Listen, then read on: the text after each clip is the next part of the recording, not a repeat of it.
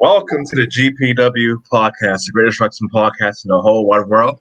I'm Kid Fury and my co-host, David Williams, and we have our special guest, the sexy beast, Vincent Cade. How are you, man?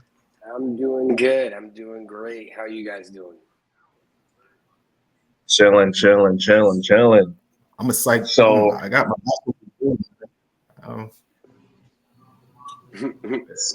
nigga just graduated. That's Oh, good. man, We're happy for you, man. We're happy for you. So we've got a lot of questions for you. So here's one. How did your wrestling journey begin? Were you influenced by backyard wrestling by any chance? Absolutely. My backyard wrestling journey began with my cousin wrestling one of my friends who also was in backyard wrestling, Mike Reckless. If I wanted to name drop right now, Mike Reckless is who got me into my first backyard wrestling group or promotion or whatever you guys want to call it. Backyard fed. But yes, my career was influenced and started by the backyard wrestling craze, and a lot of the inspiration came also from the people that trained us, which were the A-list from 2KW, Damian Sage and Anthony Silva. That's dope. I never knew that. Because that's the kind of how the gimmick of the whole sexy thing. We were almost like, kind of like paying homage to our trainers, so to speak. Yeah. Being my gimmick and them being the whole Hollywood, all that. Yeah, prior to that, because I'd seen you wrestle at that flower park when you were doing JRW, if I'm correct, right? JRW? No, that was in some other park, and that was that was only once. If you're talking, I think it was DIW that I did in Little Flower. Oh yeah. Yeah, I wrestled my guy, which like I told you was Mike Reckless, and I also wrestled General G1. And the few times that I was in Little Flower, that's something I remember.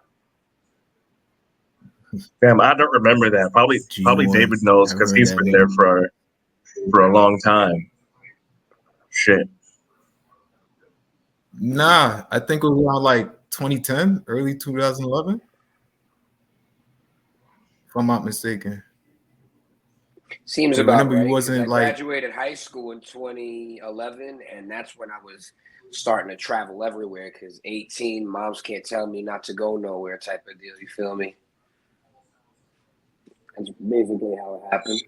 Listen, man, we were all goofies around that time. We was all gangster. About the backyard wrestling life. But I knew you was gangster when you started coming out with the feather boas and shit. This was crazy. Man, to this day, I'm still rocking that. The boa is my thing. I like it. It's fucking awesome, bro. Now, what was the moment in time that you wanted to become a wrestler? The moment in time where I wanted to become a wrestler, I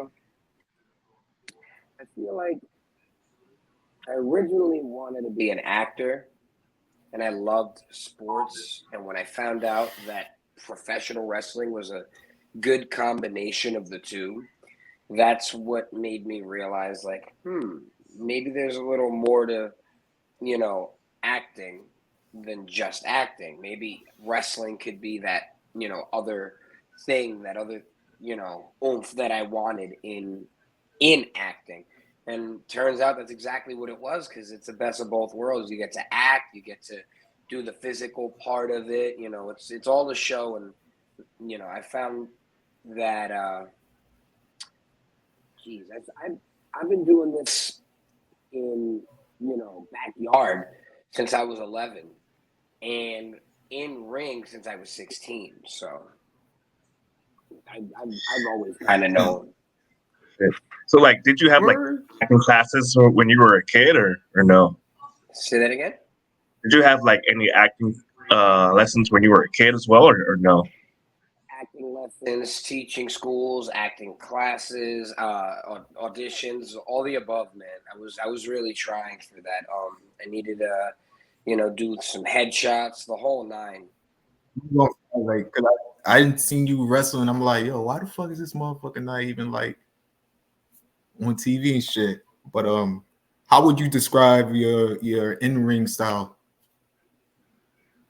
My in-ring style, um, now, especially because I'm a little older, I wrestle more to for preservation of myself. So in my younger days, good example, I took bigger risks. I mean, I jumped off a roof. You feel me? Like I had little to no regrets with anything that I did. And now my wrestling style is definitely more tamed, and I like to do a little bit of like grappler strong style.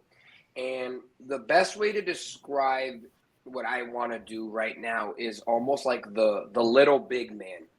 Like I may be the height and the weight that I am, but it don't matter if you're, my height, 6, 7 feet tall. I'm gonna knock you on your ass.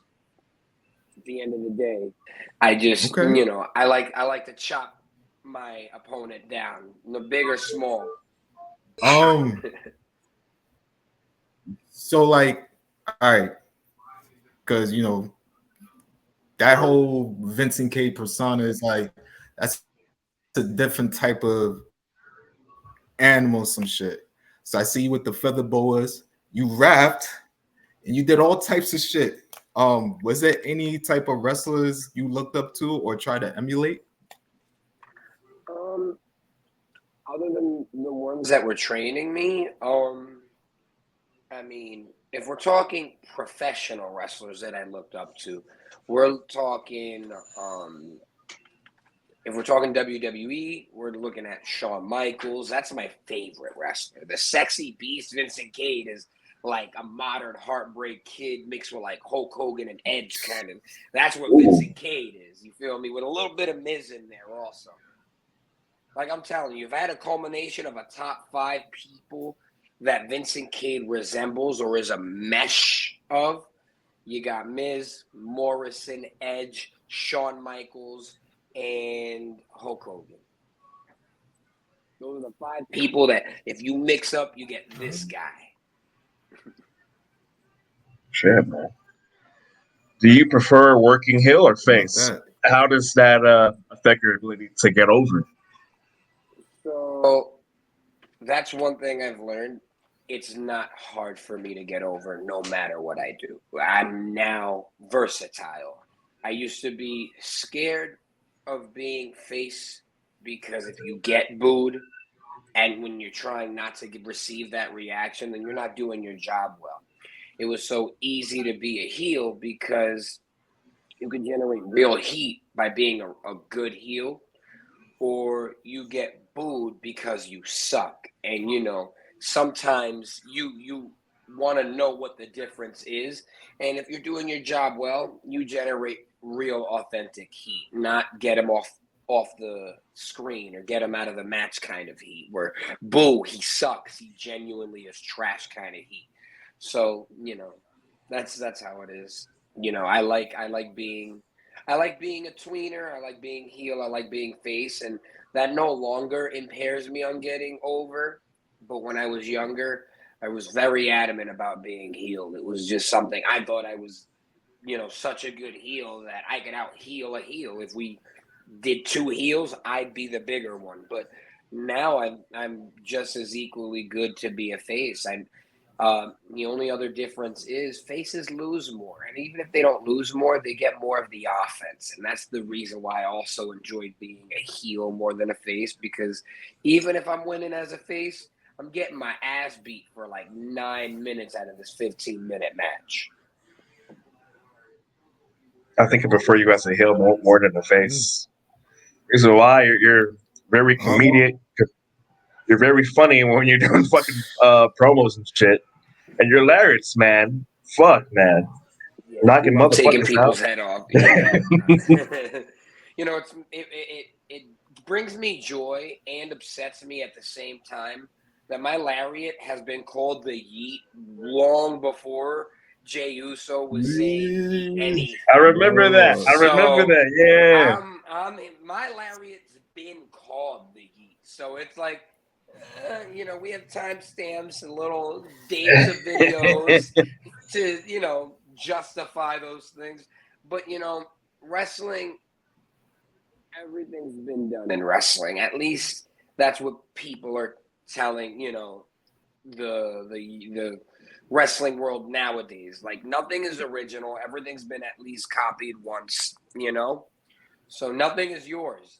And that's what's hard for a lot of people to get, because it's true in some cases in the wrestling world, you didn't invent it. You may think you did, but just because you have your little different sense of flavor don't mean that you invented it. So I try to put my little flavor on everything I do. Don't mean I invented it, but if I could do a super kick better than you could do a super kick, well then, call me Shawn Michaels. So, how do you balance family and relationships with pursuing your career? Well, my girlfriend is very involved with, as far as traveling with me and everything. That's something that I appreciate, because she's one of my biggest supporters. In previous relationships, they wanted nothing to do with wrestling, so it was hard to have like a work-life balance. But now I have someone willing to, be there, record the matches, and then some. You know what I mean? Wanting to So, know what the next booking is, the story, whatever the case is. I have someone equally as invested emotionally in me, the person, as they are in Vincent Cade, the character. And I like that. I enjoy that very much. And other than that, I mean, my son is starting to want to come see me wrestle. It's funny because in his own words, he just turned 9 this Saturday. In his own words, is that if you're losing, I don't want to come see you. It'll be too embarrassing. It'll be too oh embarrassing. shit! Damn. He Damn, knows it. man. He already knows. I don't want to see my dad lose. But yeah, I mean, it's in the very beginning, it definitely was hard, especially with having my son, be young. That's actually why my career went to a little bit of a halt, because after my kid was born, being a newborn, up until he was like 3 or 4, a lot of help was needed around the house. So I spent less time training and doing bookings and more time being Papa Cade and gaining all this weight I got. What changes have you noticed to professional wrestling until now? Because you can tell like the whole industry has like fucking jump shift and everything. Don't get me started. After COVID, backyard wrestling was legal again. You could be a backyard wrestler and still get booked That's on a true. pro independent show, and then all of a sudden, is all is forgiven, because now we got to adapt to using backyards and outdoors. So now yarders is pros and pros is yarders, and now all the lines are blurred, and now everyone's doing whatever the hell they want, which is the way it should have been in the beginning. And it's the way it's the way that I was taught against all of that.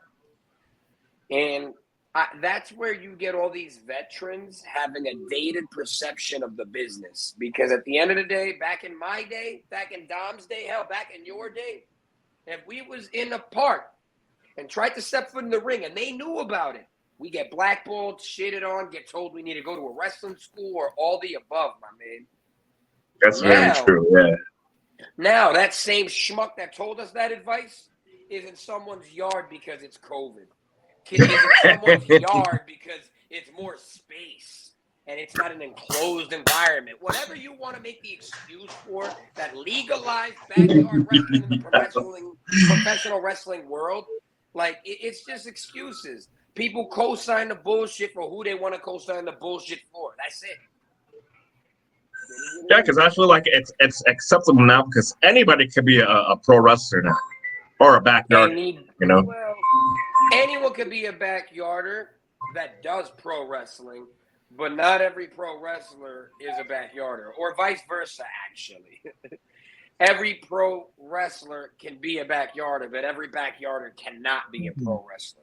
And it's just weird because, like I said, the lines are blurred because you have professional shows running shows in backyards. And now they're glorifying it. So it's like, is it okay because you guys are doing it? Or is it okay temporarily?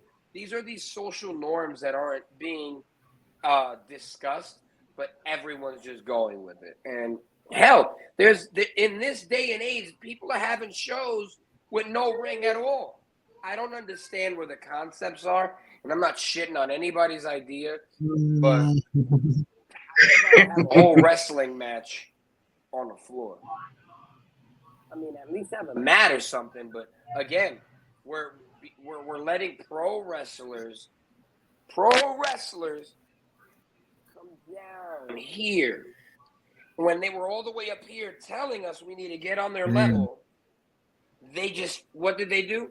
They met us. They couldn't beat us, so they joined us. At the end of the day, the only reason we do backyard is because everything in wrestling is you can't play with us. You can't sit with us. If you don't know how to wrestle and you're going to shit on someone that don't know how to wrestle, teach them how to wrestle. Teach them how to wrestle. What's so hard about that? Oh, well, you need to do the tuition. You need to do this. You need to do that, bro. They want your money. That's the scam. You know how many wrestling schools will charge you tuition only because you're green and don't know any better? Man, I walk into a wrestling school, they try to charge me tuition. I'll be like, man, what's your intermediate class? What's your advanced class? Because I already know how to run the ropes and bump and shit. Like, what are you selling me that I don't already know? They just want your money. That's it, man. Of course they do. We don't want to book you unless you come to our show. Come to our school and pay for our shit. It's funny shit, man. It really is. Everybody want that money. Definitely. So, do you have any like favorite matches throughout your career, choice wise? So, what was the question? I'm so sorry. You said any favorite matches career wise? Yeah. You know, every few matches, my favorite match alternates, and for good reason too. Whether I rewatched the match and it wasn't as good as it was in my head, I rewatched the match and realized I didn't have as much chemistry as I thought I did, or it is in that little special spot in my head. But I'll tell you right now, I have a few of my favorite matches. One of my favorite matches is going to be an honorable mention, Mark Maverick. In UWF, he was one of my favorite opponents, one of my favorite matches. Another one of my favorite matches or opponents, his name is JC Extreme. He's out from POR in Virginia. He's another one of my favorites. And I can't really think of that many, greatest matches. So those two were definitely a hold near and dear and very close because they're people I wanted to work. And whenever I want to work somebody and you deliver on what I thought we could produce, we can make money. We can make money. We can make music. We can make whatever it is you want to make in that ring. But we're going to damn right tell a story. What about you and Rocco Scalini? Weren't you guys rivals at one point? Or I can say, who was your favorite rival in wrestling? Honestly, it's almost like a graduation system. Rocco has graduated to becoming one of my biggest rivals. Back in the day, back in our backyard days, my rival's name was Shadow, and his rival's name was Dynamite. Now, the funny part is, I'm now a face. He's now a heel. Fast forward years later, because I was always a heel and I was always screwing Rocco over. Now we flip the pages a little bit to this story. Now Rocco is the heel champion and I am the babyface going for his championship. Now, back when Rocco wrestled me for my championship, I stood on top. This upcoming show, it's Rocco versus I, and I don't think our story's gonna end here because wherever Rocco goes, I go. It's just almost like a force of habit or like it's almost a natural thing. Wherever Rocco goes, I follow. At one point, were you a part of the GBYWN in the middle to late 2000s? Because I think you were supposed to be a part of that. Were you or no? So I put my Fed into the database, but we weren't actually part of anything. All we did was collaborate with other promotions or federations that were in the GBYWN. BXW, like I said, DIW, 2KW, OCWS, 3BW. The names end there right now that I can think of, but those were just a few of those, backyard promotions to name a few. Like if I had one dream match, I would say you versus fucking Matt DeMorris, because Matt DeMorris, he's a fucking animal, man. You and him would have a good fucking match. I hope so. Shoot, I mean, I know that I've been wanting to wrestle Saint Vengeance. I've told you that from years back. Yeah. Bro, me and him would have killed it, but I said it then, and I'll say it now. That motherfucker too tall now. Too big, bro. I saw him, and he towers me. I wanted to wrestle him when he was, like, at equal to me. Now bro, I told him that the match I wanted with you back then in my head would go way differently now. I would literally... I'm at your service, bro. You beating my ass. You're too big to lose. And that's the other thing. What I don't like about wrestlers in this day and age is you ever hear, "Oh, I want to wrestle you," or "Oh, I always wanted to wrestle you," or "Oh, I heard that, yeah. Dream opponents," right? When wrestlers say, "Oh, I've always wanted to wrestle you," or "Oh, you're my dream opponent," in their head, they mean I've always wanted to beat you. Wrestling has nothing to do with who wins or loses. When you want to beat them, say that instead. Because at the end of the day, in your head, how do you think this is going to go? There's only one of two ways it could go. You beating me and me beating you. So you've always wanted to wrestle me. Now, why do I got to lose if you don't want to wrestle me? Shouldn't you be a little more humble and to get the match you want? Shouldn't you be the one putting over who you want to wrestle? Exactly. It just never, ever resonated with me to say to someone, "Hey, what's up, Dom? I've always wanted to wrestle you. But in my head, that match is me beating your ass." Then why would you get any pleasure in giving me what I want in my dream match if it's only to have me towering over you with whatever win I got over you? Well, what's the point of that? What do we get out of that? Whether it's business, whether it's pleasure, it's just I never found the need for a wrestler to tell me that I'm their dream match because at the end of the day, that does nothing for me anymore. I'm old. That does nothing for me because at the end of the day, what you mean is you've always wanted me to beat me. You've always wanted me to lose to you. Not you've always wanted to wrestle. Because if you always wanted to wrestle, the conversation would go and be steered differently. It's kind of like an ego thing, or they just want to fucking beat you just to fucking beat you. That's it. It's an ego thing on me to not want to lose to them in this tussle that they had, and it's an ego thing to them because what gives you the right to think that you could tell this person you want to wrestle them, but you're also telling them you want to beat their ass?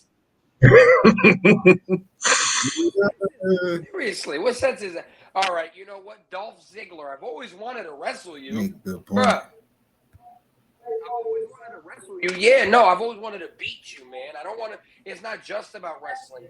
There's no point in saying I've always wanted to wrestle you if in your head the story is you going over. There's no point in that. So not, just pitch the I have an idea, I have an angle that, I want to run by you. That's what you should say. Not, I've always wanted to wrestle you, because when the time comes to wrestle me, I hear from 4 different people that you're whispering in the promoter's ear that you want to go over against me. Yeah, and that shit's grimy too. It really is. So grimy. That's how this business works, though. You stab my back, I stab yours. I mean, sorry. Oh shit! Got any questions, David? So, like, what are your future goals for wrestling? My future goals for wrestling has always been the goal for wrestling. I want to run my own successful wrestling promotion, and if I can't, I want to be part of running a successful wrestling promotion. That's the end game. That's all this making friends, networking, burning bridges is for. All of that. That's what all the interactions in this whole industry that I've been going through in my journey is for. The end game is to run my own or be a part of a successful promotion.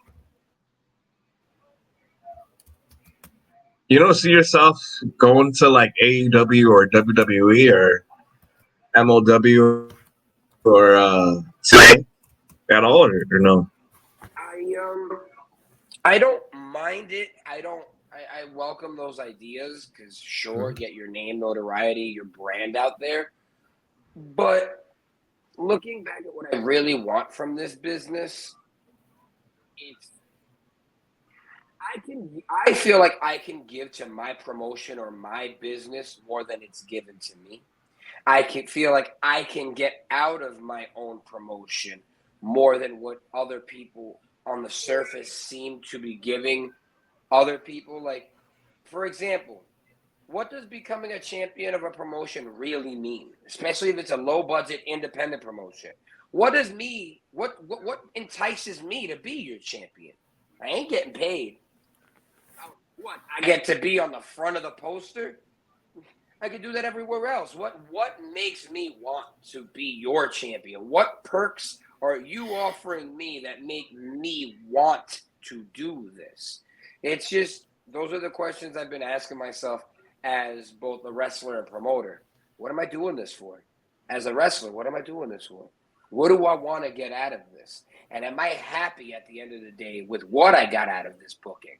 What situation I booked or put myself into?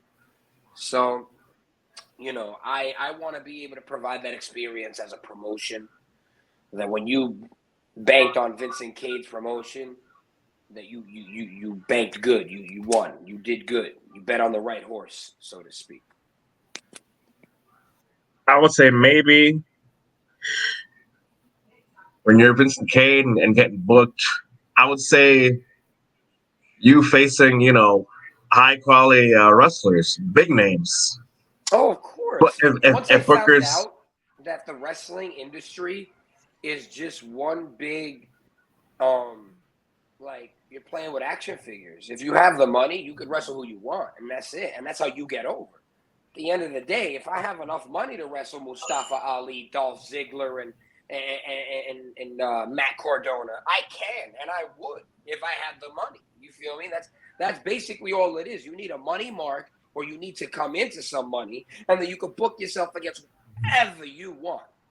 Well, even if it's, I've always wanted to wrestle you, well, you could pay the man to lose. You're going to fly them out anyway. But that's where it's different, too. These guys don't give a shit. As long as they're getting their payday, they'll come win, lose, whatever it is for you. It's about the vibe check. If your company passes the vibe check, who knows? You might get the brother price next time. and to me, you're very talented because you have a lot of friends that are, in AEW or WWE. They're not helping you, You've helped them, but they're not helping you. It doesn't make any fucking sense. I tend to not talk about those friends. I tend to, I want to make my own journey anyway. At the end of the day, I want to have my own path, my own journey. Yes, I'd like to be pointed into the right direction, and usually that's how it goes in this business. Like I said, I mean, not everyone helps you out. Not everyone has to fuck with you. You know what I mean? And you outgrow people and outgrow relationships sometimes. And maybe That's that's what true. it Yeah. is. At the end of the day, you could grow apart. Or you could become a diva and forget about the little people. It all varies. That's all I'm saying. It all varies, and I don't expect any handouts. I never did. The only handout I expect is enough money in my hand to run my promotion. Other than that, I don't want any handouts. I didn't want a handout, back when, which I hope we talk about. I didn't want a handout back in EWE, even though everyone wanted me to be world champion but me. At the time, the only person that wanted me to be world champion more than me when Ness FX, the god of drivers, when he became the champion, that's when I wanted the belt. When he beat Raw Wonders, that's when I wanted the EWE championship.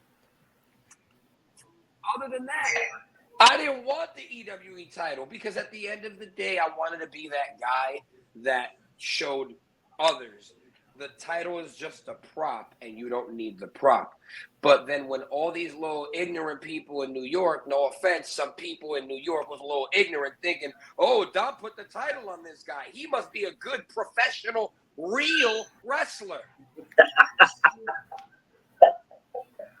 Those lines got blurred. Once those lines got blurred, I was tight. But mad love for Dom and EWE, to be honest with you. I mean, yes, there was times where it was EWE fiascos and situations, but at the end of the day, EWE always did pass the vibe check. Because if it didn't, I wouldn't keep coming back. And just to touch up on what was said about EWE back in the day, Heavy D put it the best way. I wanted to see what y'all was about first. I always do that, by the way. I show up, and if I don't show up, I have my friends show up. The friends you book, I have them tell me, yeah, they know what they doing, or they can use a little work, but it's a good vibe. You know what I mean? I need to know if it's not almost like my friends aren't my children, but it's one of those things. If this shit ain't good enough to feed your kids, it ain't good enough to feed anybody. You feel me? Like, that's how it is with the wrestling aspect of it. If it ain't good enough for my friends to wrestle, how you think I want to wrestle here? Mm-hmm. But I liked where you were going and what you were doing. It was just the only thing I didn't like is the conflicting images of what I always told you. Like I said, I was raised to hold the whole, fuck backyard wrestlers. They're bad. Take them off your show, or we're gonna blackball you. Yeah, all that, and that's where my mentality, and that's where a lot of the bridges that have been burned in the past.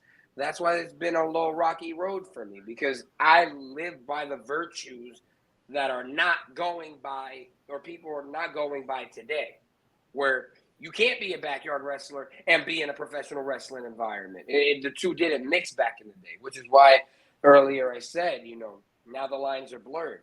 Backyarders are pros, and pros are doing backyard. Which is funny to me too. I mean, but props to them. I mean, if they want to pursue it, But also get trained the right way, the proper way. Of You know what I'm saying? course. And that's the other thing. I mean, you when you're not a trained professional wrestler, you're putting a lot of people's lives in danger, and no one ever sees it that way. They see it as, I'm just gonna do what I saw on TV and play wrestler. That's also something I've been tired of. I don't want to be in a ring in my career, at this point in my career. I don't want to be in the ring with someone that plays wrestling or plays wrestling.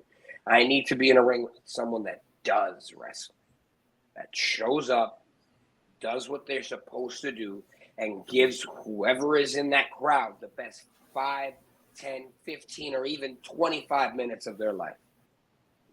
That's all I can ask for, at least. Regrets in wrestlings that you ever had? Just doing this shit? Yes, one and only one. And I only regret it because other people make me regret it. I don't regret a thing. doing that roof spot.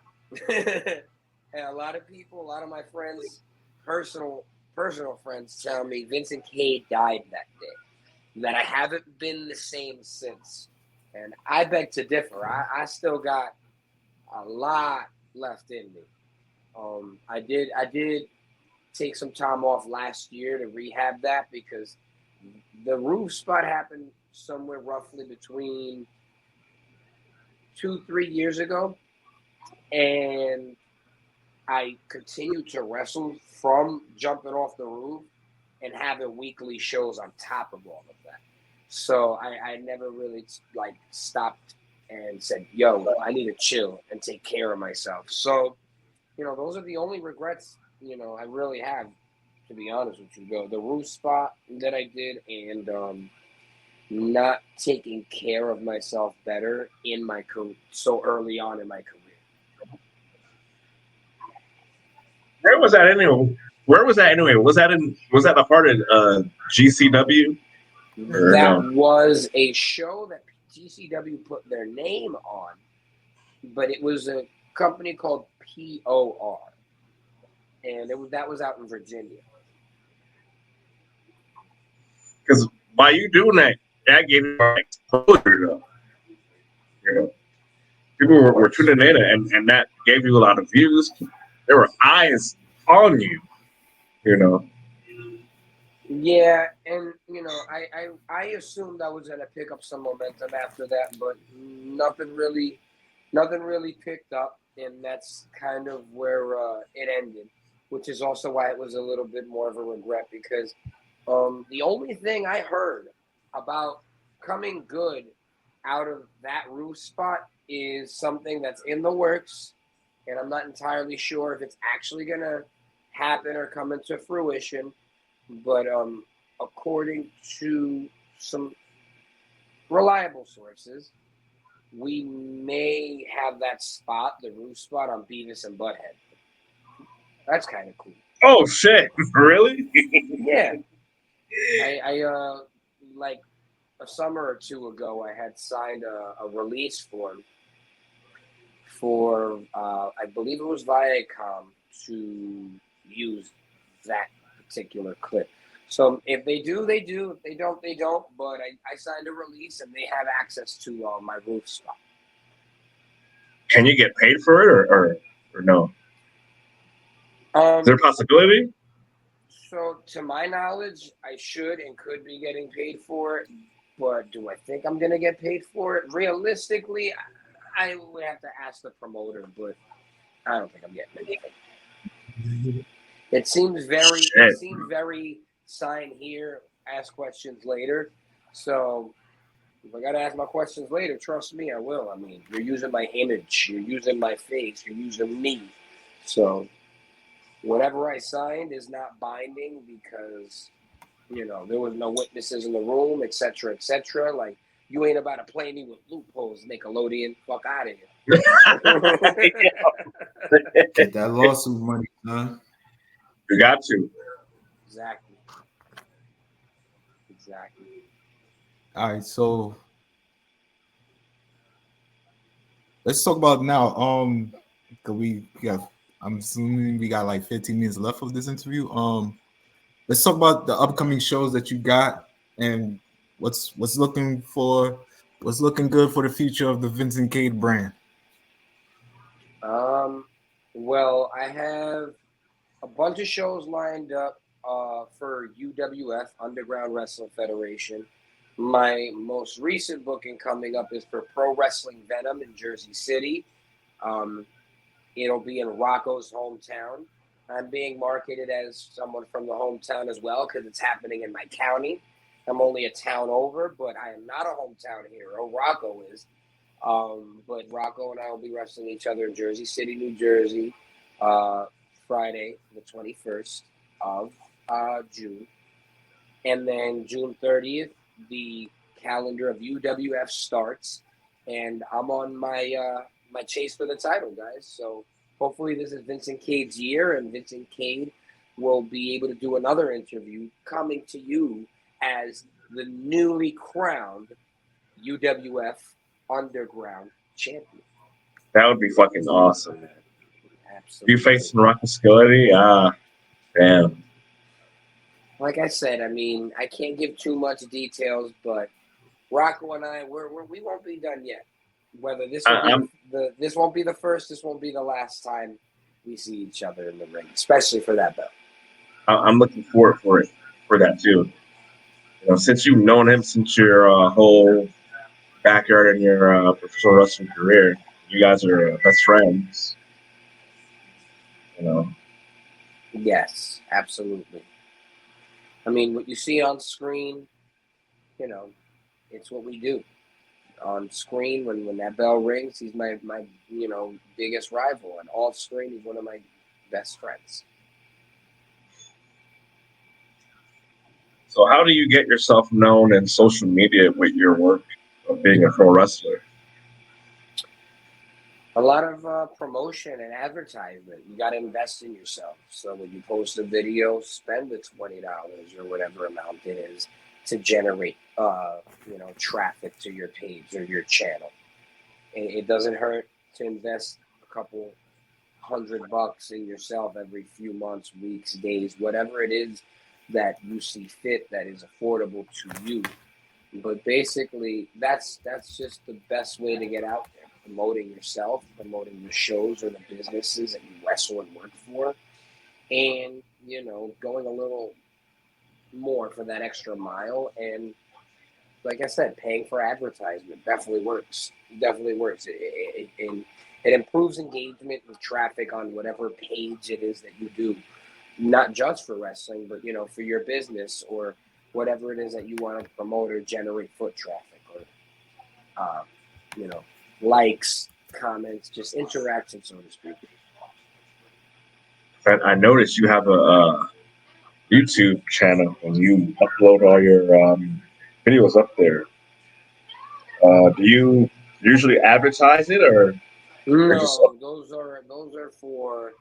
those are usually like personal use videos that if people want to look up, they can, but they're more so just for my use. I can and do promote them occasionally, but the videos on my YouTube are more so for me and my opponents to just have something to look back on. But more or less, I just got into promoting the the videos more. I got into doing that more, and it was something like I said. It was just my wrestling was all over the place. I usually relied on the promoters to do videos, but now whenever I get a chance, if I have a camera, my match is getting recorded.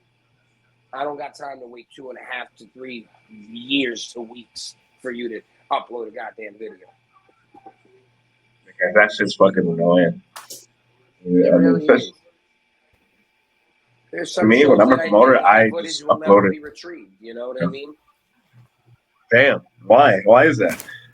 I mean, whatever the reason is. I mean, unfortunately, your show's one of the shows. Remember that your show got spitefully deleted because of whatever money Fucking exchanges weren't fucking made. Rex.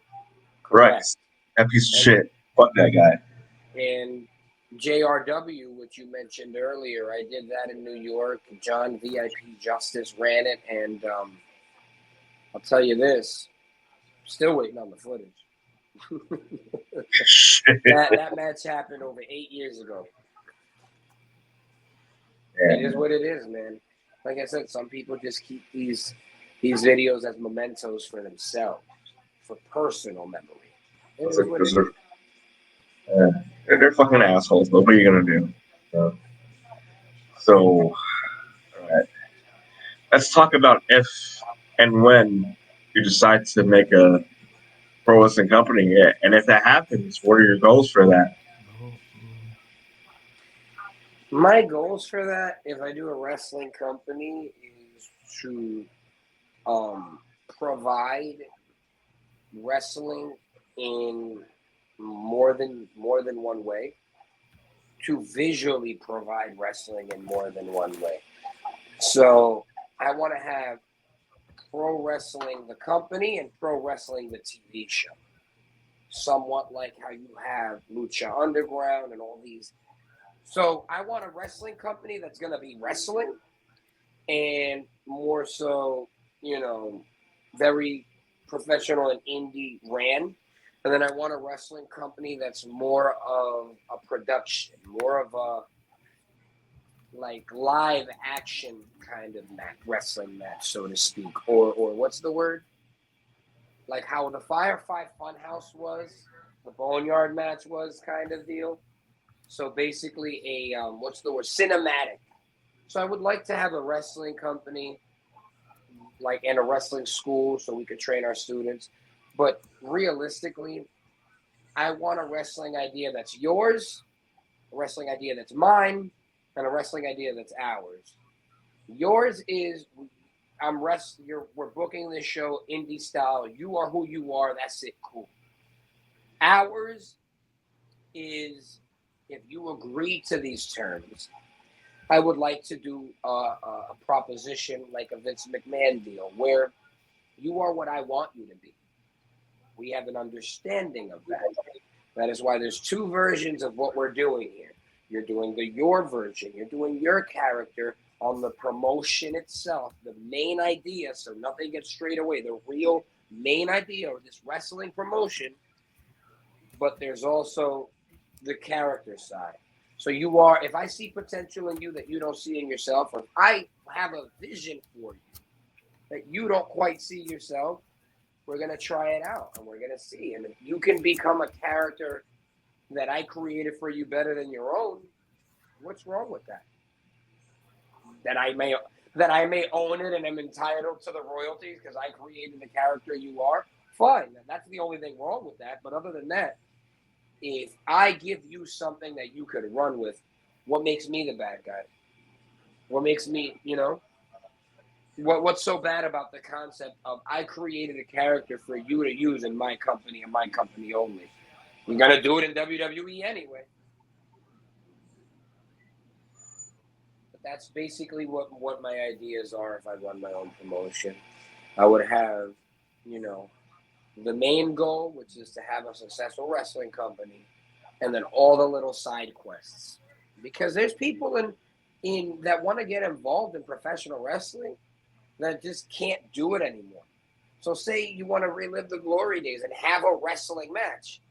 And you don't want it to look like trash, but you and I both know you can't wrestle to save a day in your life anymore. You just living off the glory days. What I can do for you as a wrestler or former wrestler is visually give you a match that when it's finally produced and done will look like you just had a good 15-minute match when all we did was takes of things that looked good. Cut.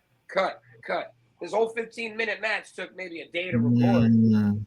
But at the end of the day, yeah, you're not really getting hurt. At the end of the day, you're a character of who you want to be but can't fully be. You feel me? There's people that want to wrestle and just say it like, oh, I'm not willing to put my body through that, blah, blah, blah. But they like the acting aspect of it. So I just want to provide something that's the best of both worlds. A wrestling company for wrestlers that want to wrestle and a entertainment company for wrestlers that can no longer wrestle but want to provide entertainment. We can't do this forever. What are you going to do as your backup plan? What are you going to do when you retire? I just want that company where if Undertaker had an option to do freaking a few more cinematic matches rather than retire on the option. Right or wrong? Would you rather get a few more cinematic matches from Undertaker rather than no Undertaker at all? You get what I'm saying? Cinematic is the way to go. I mean, look what he did with him facing AJ Styles, Exactly. or him. Yeah, exactly. And it's not a bad concept. It's not a bad idea. Like I said, during the COVID era, a lot of these things were pre-recorded or filmed. Like the whole Money in the Bank. That wasn't live back in the day when it happened on top of the roof of the WWE. Yeah. A lot of these things they had time to rehearse, pre-record, re-record. You know what I mean? So there's going to be the one, cut and dry, lights, camera, action, we're live, no fuck-ups version. and then we're gonna have the more laid back. We can play with this, Take 5 version.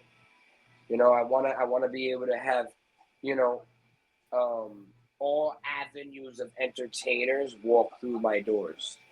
I would love to have all avenues of entertainers walk through my doors. You feel me? They don't have to just be wrestlers. It could be any kind of, professional athlete, celebrity, whatever. But I want to have the more professional wrestling environment and then the controlled environment. That's all. I mean, I see you pursuing it. I mean, you would have to get sponsors. You would have to have a lot of money just to do all that Sponsors, shit. investors, the whole nine. Yeah, indeed, and it's not going to be easy. I don't expect it to be easy because for starters, you got to get a ring, you got to get a venue to put it in, and you also got to make sure you own that venue or it is leased to you, not you're renting someone's already owned and leased venue. And that's also what I want to do too. I want to own or be the only person in wherever it is that I'm renting. I ain't sharing my space. Yeah, you gotta do what you gotta do when it comes to being a promoter and having your own building. I also have this vision where it has to seat over 150, if not 150. Like it has to. In my head, it just has to. I don't care what it looked like. I don't care where it is. As long as it's indoors, I can fit a ring and 150 people. Let's go. I remember BWF used to do that. I think they had a lot of seats and shit. But I'm guessing now You said BWF BWF used to share their space with the gym, though. Yeah. That's the difference. I don't want to share my space. Mm-hmm. Because they shared it with a gym. They had their ring in a corner surrounded by gym equipment. It was a wrestling ring in a gym, not a gym in a wrestling dojo or a wrestling school. And that's the difference I want to make. You put a gym here, not I put a ring in your building. Completely different. The purpose of the building is for professional wrestling, not to be a gym. Gyms are welcome, but at the end of the day, the purpose and use is to be a wrestling school, a wrestling gym. I don't want to lose the idea. Damn, David keeps going in and out. So fucking. I remember you training with Bronco, and because Bronco and Caveman too. Yeah, because I train with Bronco. He's a fucking lazy trainer, man. I'm running the ropes. Oh, he's fucking eating chicken. I'm like, what the fuck are you doing? You told me that, yeah. He's eating chicken. And he's like, yeah, puppy, okay. I did something wrong to get his attention, and he said, "Oh, good job, Poppy. I'm like, that's a fucking idiot. I want to shout out to the EWE World Heavyweight Champion, the Bosnian Butcher Leo, unless you made him vacate, which I'd like to stand on business and say if you made Leo vacate, that's a bullshit. He's still champion. He better be. He's still champion. He better freaking be. Shoot. Because I don't want him to be on that WWX platform because how they treat him and fuck up his matches all the time. I decide to fucking not mess around with WWX anymore. Maybe that's why they decided not messing around with me. I don't know, other than the fact that they want me to go to their school. But I like their vibe. And you know what I don't like? I never like this. When a promotion's wrestlers want to wrestle me, but the promoter don't want me on their show. Because that's the case right now. I can name at least 3 people on that roster that want to work with me. And it's like, if they don't give me that, what am I going to do? Get it booked somewhere else? Because I could do that too. Because I know if that which is not going to happen because Bella and Lewis, they're money hungry. Mm-hmm. I wish them all the luck, but they just want your money, bro. They want your money. They want you can't your wrestle money and they want your money, and They only push the same 4 guys. Same for guys. Lewis, he has 6 titles. I'm like, and you're WWE champion. That don't make no sense. See, now you see when you were helping me.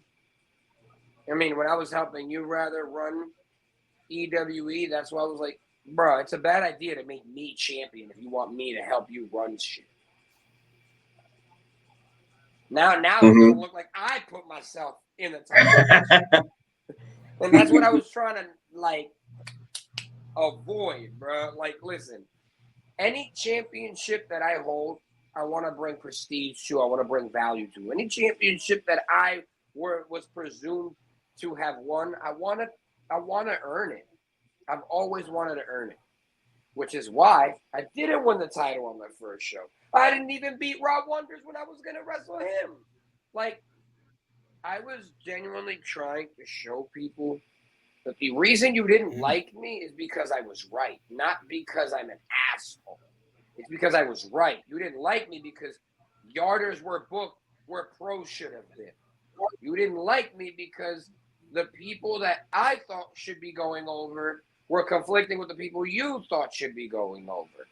At the end of the day, when ideas conflict, it's not to say the people that you thought was good wasn't good. I'm saying, hell, let's be specific. No disrespect to either of y'all. The motherfuckers that David was trying to put on was nice. The motherfuckers you was trying to put on, Dom, was not. No offense. No offense. And I'm only saying a small handful because, for example, a good group of who you fucked with were they came out to be really good wrestlers. Like I said, Leo, DC, KC. I mean, because they became the Throne, whatever. Batsu. They did something with themselves. You feel me? Even though they were in that in between of pro and yarding, they did something with themselves. But I'm talking about other people, and I've already told you. I don't want to throw nobody under the bus, but I already told you. You can. I mean, it doesn't matter. Yeah. But I really wanted to help. I really wanted to help people, but that backfired. But I'm 37 now, and I learned my lesson. It's just you can't don't put money into something that you know what I mean. If these people weren't fully trained or whatever the case is, but you've learned your lesson. You know, I learned my lesson. I'm older. I'm wiser. I need footage of your training. I don't want you half-assing. If you're half-assing, I'm not fucking booking you. Right. You know. Not even that. Just ask them where else they've been booked, and if you're the only person that's about to book them, that tells you everything you need to know. I know. I know with James Havoc, known as the Golden Soul, he's been doing a lot. He's been wrestling with Battle Club Pro. He's gotten better. So shout out to him. Shout out to him. Indeed, for sure. Give credit where credit is due, man. I want to see Leo back in the ring. I got to see Leo back in the ring, man. We all want to see him back in the ring.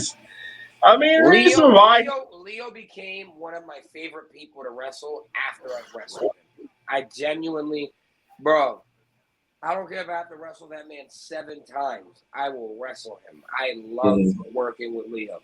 That's what I'm saying, man. Whatever happens with EWE, I don't care if you have to fly that man out yourself. Dude, he is not losing that title by getting stripped for it, bro. I'll stand on that. He needs to. He's still champion. Good. I mean, you have any more questions, David? Because I think you have a ton more. What you want to say? I have a ton more, but they were all connected to the questions you was like I was saying and shit. But yeah, like because I heard I was hearing through the interview, like through the video about y'all like our people and shit. With the whole WWX thing, I was like, that's real interesting because I've been out the game for a minute, so it's like I hope that you're able to get through with shit and just like what I told Dom is like, yo, just I have my don't shit deal in with the Arizona. unnecessary motherfuckers, I have my shit in and y'all Arizona. be That's straight. it. Because I Nah, don't want to book any Yeah. more talent in New York. I mean, I can have Cade and book him in Arizona. I can have Leo. I can have James. The Golden Soul. James doesn't have it. It'd be everybody harder. uses the same people. The market is oversaturated anyway. It is. It is. You see the Wrestling is same watered down in people New York. in New Jersey, in New York, in PA. Like it, you see the same people. Because I feel like wrestling in New York is slowly I dying. mean, It's not fun to watch the same people no, it's doing not. the same shit. No, it's not. It It's not is. It dying. It's is. just I feel like it's people just gotta be used properly. Like no Correct. disrespect, That's something. like No, I to agree. dominate anything, I but agree. yeah, like I'll I rather agree with you too. I this agree is with you too. But we need new characters, new wrestlers. You know, keep seeing the same people every single time, and I don't know. It kind of annoys me. Like, why is he here? Why is this person here? This nah, guy's I fucking don't trash. nah. I just feel like shit is not done right. That's what it is. Shit is just I not done agree, right. which is why I'm Like everybody saying wants to be like if everybody I wants had to my be a promoter. promotion, that's exactly what Everybody I wants would to be a do. Like that's superstar. exactly it. Exactly. You as a promoter need to humble them. You feel me? You need to tell them, no, this is what I want from you. I'm not giving you what you want. This is what I expect from you. Yes, That's why yeah. people ain't like me. That's why people ain't like me. I was always like that. It's So like I got one question. I don't want to sound like a street nigga, but like everybody play their positions right.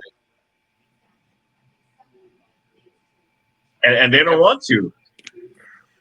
You know, you tell them one thing and they get irritated. Oh, I want to do something Everybody's else. up. Well, I'm not going to use you.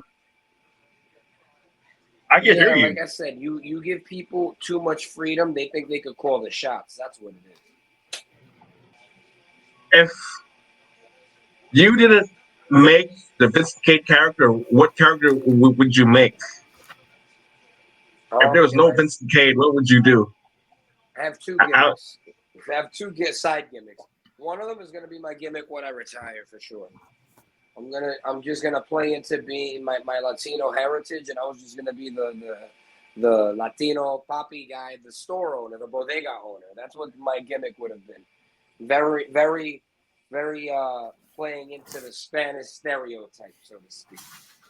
But my other gimmick before Vincent Cade, the reason why I stopped doing it is because if you're gonna do something, I want to do it all the way, and I want to do it all the way the right way. But it's really hard to do a like a dark Undertaker-y gimmick nowadays because everyone's trying to do that. everyone's doing that shit. Yeah. Everyone, every motherfucking body. So I let those days go, but I adopted some of the things from my old character anyway, which is why I still do the tombstone to this day. That's from my old gimmick, old back in the day, dark character. Now I've told you this back in the day. I had an idea for a character and gimmick, and it was stolen from me twice. Once by one of our wrestlers, and another time by a real wrestler. But at the end of the day, the Fiend character was a little bit of who I was trying to make the character I wanted to be. The Fiend is a play on who I was going to be regardless. Like I was modeling my character, and then the Fiend was born, and then I said, well, back to the old drawing board. So I said, fuck what I was creating. But the character I was going to create, I told you back in the day, I wanted to call myself the Plague. Literally, the fucking Plague. And my part of the gimmick would be things like the Undertaker would do, but they'd be plagues. So in the ring, the lights go out. Now all of a sudden, there's freaking like 50 different frogs jumping around the ring, or there's locusts all over the motherfucker. I'll let the locusts loose. I'll buy some locusts for the gimmick. You're going to buy this shit.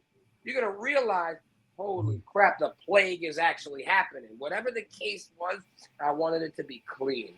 And you can't get something that clean in the production value that we have. So I abandoned the idea and gimmick. But my character was supposed to be faceless. And that's what I mean by the idea was taken from me once and then again. But the idea was supposed to be a faceless character. It was going to be a mask with a face that literally had like a portal.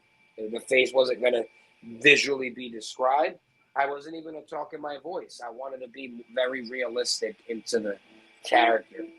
My voice was going to be a mixture of like the Jigsaw voice and a little bit of like a whispering kind of character. Like I had like the whole thing written out. I was going to talk like this. I was going to be the plague. I was going to sound like I'm losing my voice, but I'm whispering. Yeah. Like I was going to be like if Batman fucked a demon. That's what the character was legit going to be. The whole, I'm Batman. But not really. But yeah, once the character, that's why I was fascinated with the Jinx character, because I had something to play off of, and I also had something to be like, well, if Jinx is going to be my character, I'm going to have my own variation of Jinx's character, but I'm going to do it way better.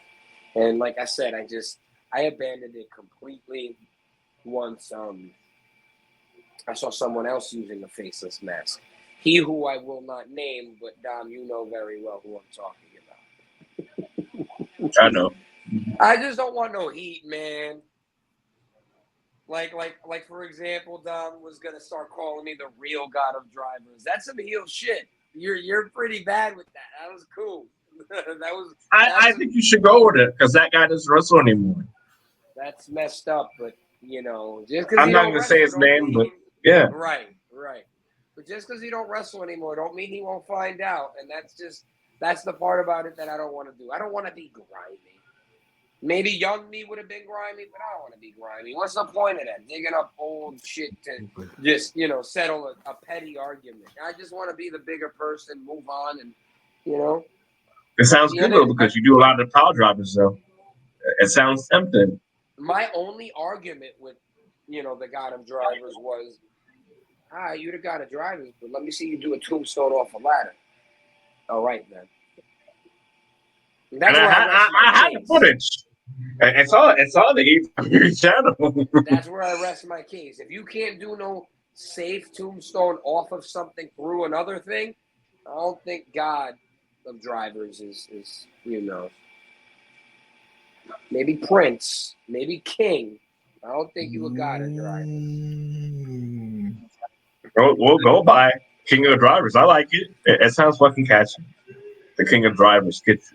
Vincent Cade. Yeah. I'm just saying that for the idea of what the gimmick was gonna be to what he made it, it's like just because there's two Rick Rosses don't mean they both say, oh, you feel me? There's two Rick Rosses, but only one of them is the real big meats Larry Hoover at the end of the day. So I just don't want to, it's better to, just take a character and run with it than to pick up the pieces of something that I started where someone else took over. So where do you see Vincent Cade in 5 years? The character. Ball. Because I lost a hair versus hair match against Dolph Ziggler. Nah, all jokes aside, that's in my perfect indie mind, it's me, Dolph, and or John Morrison. That match will be for our hair. And yeah, me versus Morrison or me versus Dolph, hair versus hair. That's what I see in 5 years. I just want to work them, period. But hair versus hair is something, I'll be willing to lose. I mean, I'm going bald anyway, so the next time you see me hairless, it'll be, bald Vincent Cade. It'll be for bald Vincent Cade era. But I'm growing this shit out. I don't know how long, but this is going on 4 years worth of hair. But yeah, in the next 5 years, I see myself, like I said, settled down, balled out of the business, but running my own successful promotion, or at least that's where I hope to see myself in the next 5 years. Shit, man. Anything you want to say, David, before we end this? I mean, listen, man, I'm proud of y'all motherfuckers. We out here. We got missions. We got our own lanes and shit. So keep driving and shit. Obviously, we've had good times and bad times, but Correct. we Yeah, But we stronger always remain and on talking terms, and shit. that's something I We all appreciate. kings and we got our own lanes and we got our own responsibilities, and we just got to keep going. You know what I'm saying? yeah, Facts. Facts. Don't lose the goal. Don't lose the main focus either. true. Other than that, anything else you guys want to close out with? We're, we're kind of good so far. Good. I'm guessing this is it now. Right. I was gonna say. I guess this is it, right? This anybody talking? What? Yeah, we're Yeah, talking. We're yeah, we're talking. talking. We just see your face. It's not I was moving, gonna so say. I was gonna say. Hopefully, we could do another round of this, and it'll be a little better. yeah. Yeah, Maybe absolutely, get to man. I'm definitely open to do another interview with you guys. I hope to hear from you guys soon, shortly. when you're champion. Right. I hope I'll be coming to you live as champ. That'll be cool. That'll be a nice little welcome back. That's all. That's all. Bye, guys.